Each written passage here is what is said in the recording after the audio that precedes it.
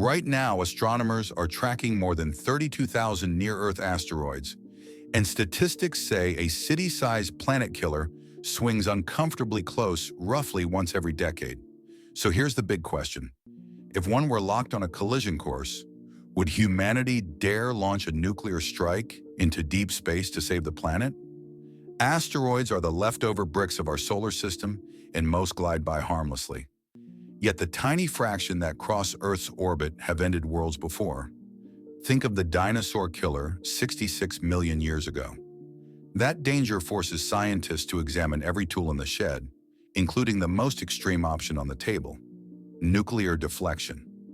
A rock a kilometer wide would hit with the energy of millions of hydrogen bombs, turning oceans to steam and darkening the sky with pulverized crust. We've had close calls. The 1908 Tunguska blast leveled 2,000 square kilometers of Siberian forest, and the 2013 Chelyabinsk meteor injured 1,600 people with nothing but its sonic shock.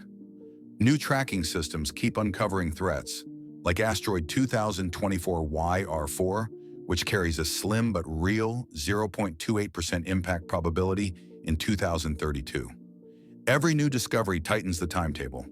If we ever spot a true doomsday object, we might have only months or days to act. Enter the nuclear option. Detonating a warhead next to an asteroid can vaporize its surface, creating a high-speed plume that nudges the rock onto a new trajectory. Simulations at the 2025 Planetary Defense Conference show that even a 1 megaton standoff blast, delivered years in advance, could shift a 300-meter asteroid safely aside.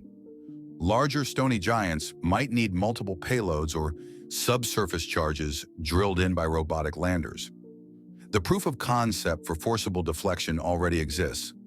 NASA's 2022 DART mission slammed an unarmed spacecraft into Dimorphos and shortened its orbit by 32 minutes, small but historic. Nuclear devices would boost that momentum 1,000-fold. Success hinges on three critical factors. Size: the bigger the rock, the more yield, or more missiles, we need. Timing: push early, and millimeters per second of extra velocity add up to thousands of kilometers of missed distance. Teamwork: a launch would violate the 1967 Outer Space Treaty unless every nuclear state signs off. So organizations like the UN-endorsed SMPAG already rehearse joint response drills. Miss the warning window, and a surface detonation could shatter the asteroid into shotgun pellets aimed right at us, turning salvation into shrapnel. Nuking an asteroid isn't science fiction.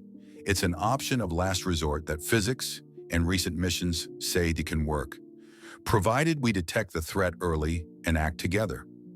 The real battle may be political will and global coordination. What do you think?